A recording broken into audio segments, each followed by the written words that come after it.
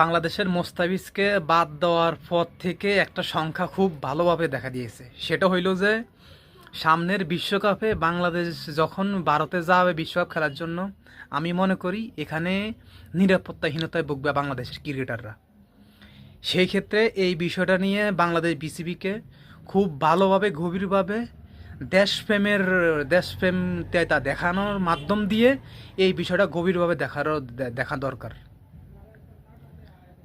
মোস্তাফিজুর রহমানকে যখন আইপিএল এর মতো যেটা এরা ডোল বাড়িয়ে যে বিশ্ব এক এক নাম্বার আইপিএল বা এক নাম্বার ওই ফ্র্যাঞ্চাইজি লিগ দাবি করে, সেই ক্ষেত্রে এখানে কিন্তু রাজনীতি যখন ঢুকে যায় ক্রিকেট খেলার মাধ্যমের মধ্যে, তখন ওটা আর কোনো ওটা খেলা থাকে না, ওটা রাজনীতির একটা পর্যায়ে চলে যায়।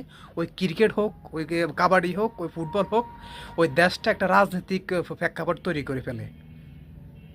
ওই দেশের কোনো খেলা রাজনৈতিক ইঙ্গিতের বাইরে চলে না, ও একটা রাজনৈতিক প্রেক্ষাপটের মধ্যে চলে।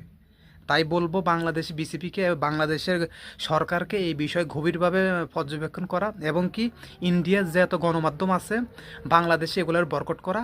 ইন্ডিয়ান যত অ্যাড বাংলাদেশে চলে, ইন্ডিয়ার যত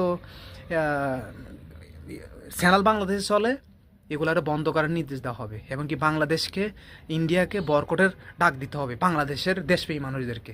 আসসালামু আলাইকুম রহমতুল্লাহ।